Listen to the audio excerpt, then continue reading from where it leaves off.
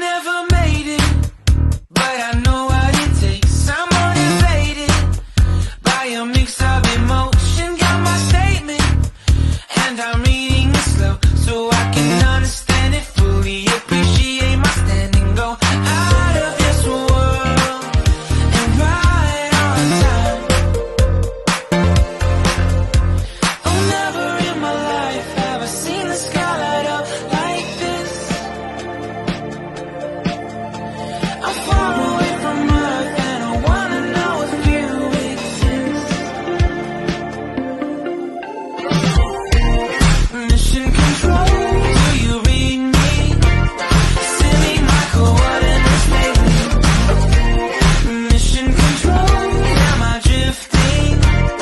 Tie me to someone who will love me. Yeah, wait, I think I'll last a bit.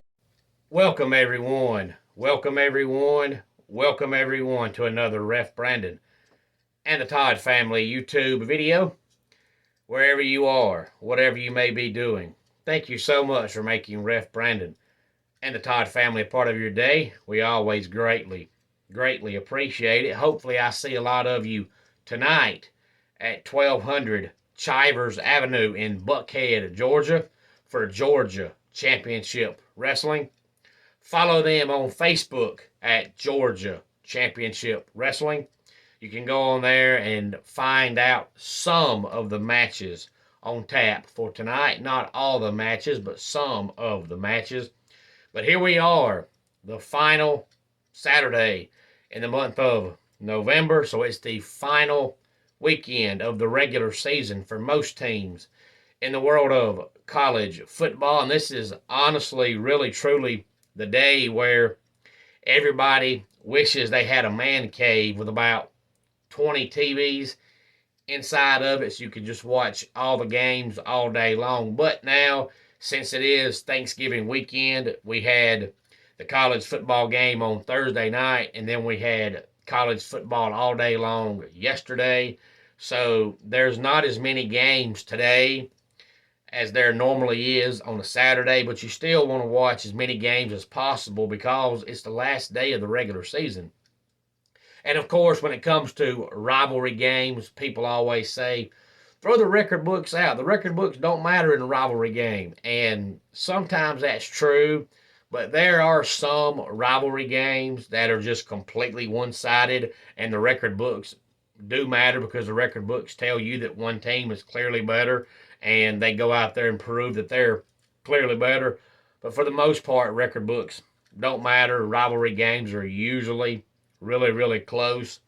As far as the state of Georgia high school playoffs go, after this weekend, we'll be down to 32 teams left in the state, and that means there are 4 teams in each classification and 8 teams in 1A because there are 2 sides to 1A, so you have 1A through 7A, and there are 4 teams left in each classification. So there's 32 teams left altogether. After next weekend, we'll be down to 16 teams, and then, of course, 2 weekends from now will be the state of Georgia high school state playoff games. That'll be happening all weekend that weekend, so high school football is just about over with. But in the world of college football yesterday, we had a lot of good rivalry games. Most of them were good, but there was a couple of them that were not any good. But Tulane defeated Cincinnati by the score of 27-24. Cincinnati ends the regular season 9-3. Tulane ends the regular season 10-2. It'll be interesting to see if Willie Fritz, the Tulane head coach, stays with the Green Wave, and if he does, how long does he stay? Because he's kind of like Brian Kelly. Everywhere he's ever coached, he's been a winner, but he's never coached at a high-profile Power 5 school. He used to coach at Sam Houston State, and then he moved up to FBS by coaching Georgia Southern, and now he's at Tulane. He's won everywhere he's been, but like I said, he's never coached at a high-profile Power 5 school. So will he be happy at Tulane, or will he want to go to a big-time program? Because you win 10 games at Tulane, they're going to give you all the money you want. But how much can you actually accomplish at Tulane? But Tulane is in the AAC championship game next weekend. Texas ends the season 8-4. That has to feel really good for Texas. 8-4 for most programs is an average season, and 8-4 is still average. But Texas has been a 5, 6, 7 win team for a while now, so for them, 8 wins is an accomplishment. They defeat Baylor 38-27. NC State in double overtime beats North Carolina, their arch rival, 30-27.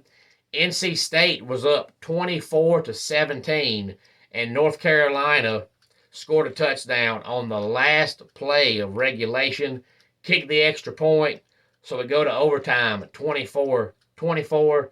In the first overtime, both teams get a field goal. In the second overtime, NC State makes their field goal.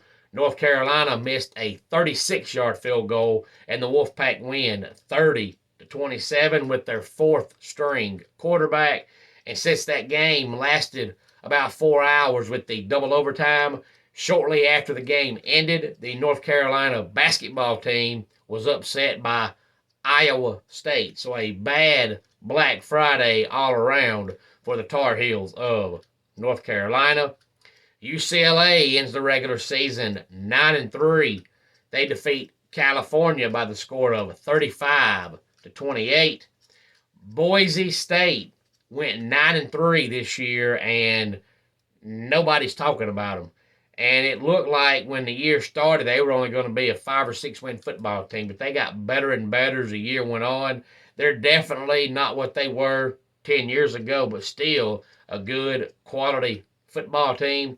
They defeat Utah State 42-23, and they'll be playing in their conference championship game next weekend. Western Michigan defeats Toledo 20-14. In the Battle of Arizona, Arizona defeats Arizona State by the score of 38-35. Arizona ends the regular season 5-7.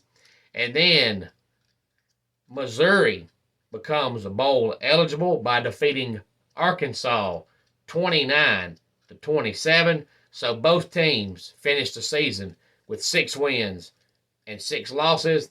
Maybe now we can quit hearing about how great of a coach Sam Pittman is. He's a great guy. He's fun to listen to. He'd be fun to play for, but he's just an average football coach. That's what he is.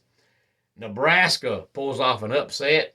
Not a big upset, but a small upset. They defeat Iowa by the score of 24-17. And the only reason I say upset is because Iowa wasn't ranked.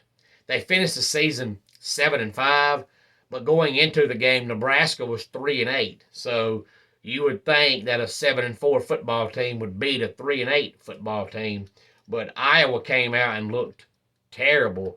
And by the time they tried to come back, it was too late. The Cornhuskers hold them off by 1 touchdown. And then the game last night, I didn't think was ever going to end. It almost didn't end until early this morning. Long game. Florida State holds off Florida by the score of 45-38. The only thing I don't understand is all the Florida Gator fans and most of the players and coaches wanted Emory Jones gone because they said Emory Jones couldn't throw. But yet they bring on Anthony Richardson, and to me, he can't throw. I actually trust Emory Jones more than I do Anthony Richardson. Emory Jones was just average every game. He was never great, but he was never bad. He was just average every game. Anthony Richardson will have one game where he is phenomenal, and then for the next 3 or 4 games, he can't throw a forward pass. And there was actually a time last night where he didn't complete a pass from middle of the second quarter until about 4 minutes to go in the game. And that is absolutely atrocious. That's embarrassing. Florida State ends the regular season 9-3. I know I said before the season started that I thought they'd win 7 games, and they overachieved by winning 9. To me, it's obvious that Mike Norvell finally has this team going in the right direction. They still got a couple of years to go because Jimbo Fisher ran them so far in the ground, but to me, it should be obvious that they are heading finally in the right direction and getting back to what Florida State used to be. So if they can win their bowl game, they've got a chance at a 10-win season, and it's been a long time since Florida State had a 10-win season.